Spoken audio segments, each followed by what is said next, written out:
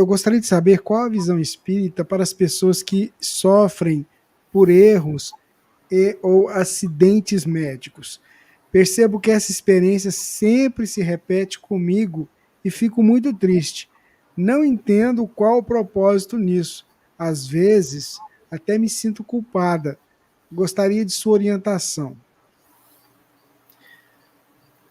Talvez você possa estar numa condição de muita exigência com relação ao outro.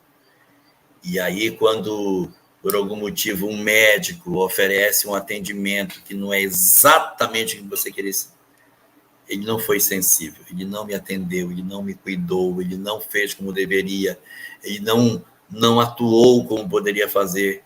E a gente precisa entender que os médicos também são pessoas e, evidentemente, trazem as suas fragilidades.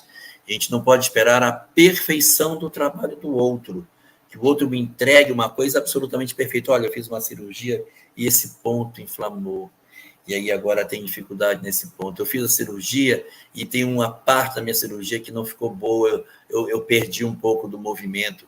A gente tem que entender que existem circunstâncias em que determinadas coisas elas acontecem, porque as pessoas não são perfeitas, a nossa medicina não é perfeita, e evidentemente na atuação médica, a gente não pode caracterizar de maneira objetiva que é um erro médico, mas é da própria condição da medicina do mundo em que vivemos, algumas sequelas a gente pode ter, e a gente fica, olha só, eu quebrei minha perna, o cara botou uma peça na minha perna e agora eu sinto bem aqui embaixo, na ponta do meu tornozelo, quando eu ando muito, dói. É uma sequela daquilo. Então, às vezes, a gente pode estar sendo muito exigente e querendo que tudo que o médico faça nos devolva numa condição de absoluta normalidade, como se a intervenção não tivesse acontecido. Então, é importante perceber se nós não estamos nesse quadro. Agora, existe uma segunda situação, em que você diz que repetidamente erros, vamos falar de erros médicos reais, de equívocos desnecessários, ações que seriam erradas de serem tomadas, procedimentos com desídia ou qualquer outro tipo de situação que promovam uma sequela grave no paciente, porque o médico realizou uma ação que não deveria ter feito, ou fez um procedimento inadequado para determinada circunstância, não houve o atendimento na boa técnica. Então, tudo isso pode caracterizar um erro médico. Se você vive isso de maneira reiterada, é possível que seja ninguém pode descartar o fenômeno das chamadas coincidências sucessivas. Isso pode acontecer. Mas o mais esperado, se isso está incomodando tanto você, é que tenha origens nos seus processos anteriores. E nós temos, na verdade, umas espécies de ímãs de experiências nas quais nós atraímos determinadas situações.